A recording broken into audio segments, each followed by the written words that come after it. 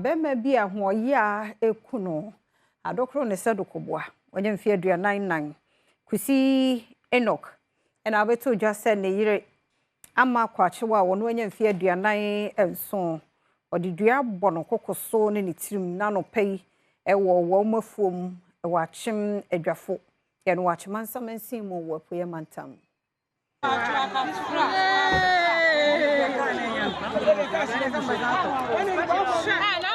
Sarah Husemi esi wo achem adwafo ye kura amanfo dodo wo so no kuyafo e wachimansa mansini e wo apoye mantam na amanebo no ekiremu se owura yi ne din ene Kwasi Enoch wanya mfie 29 wosusu se na yiri ane din ene amakwacho wa kum no esan akasakasa bia esi wo nom entem yamanebo ni Akwasi Azo ekokrum honom no konya ne nteye se ebe ya bosumi miensa ni edie awarifo wontem watete esan mentem ho ase bia eda wontem hosan ponsa eye adwuma ema ewura yi a wahwere no nkwa no wode to yamane boni animu se owo honom ena awarifuo eba efre no ede Sarah Husemi eto nanimu se ne papa ene ne maame ekọ afuom honom no owura no ede edua abo maame ne kokoso ene ne tiremu a enam so amana hwere no nkwa ewo akasakasa bi esi wontem ewo afuom honom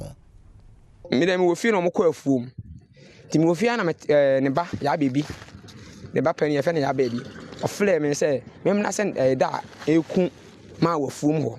odidua bune tirima ma owu ti memla ti dedi kan me fle adwafo committee aye kwambo ama me fe na me ne moto ede ne koy fuom ho na agbo ebe kwa efe na ahin emergency no ye nti eme ensa na ekwa fuom ho nti wo fuom ho na de ye prepare ya kwa na be ma ne de wa de wadwane ti na me maame no na abodwe ha sei no wabuna ma na abodwe no ha ne awai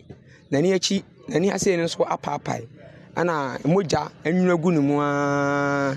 nti ye na sade ya de bebe fie na ye behu se hospital betimi asare yale ya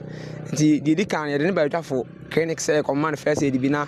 ye mfa no entoaso nko abrem nti omugu so omo ye no ho adwuma na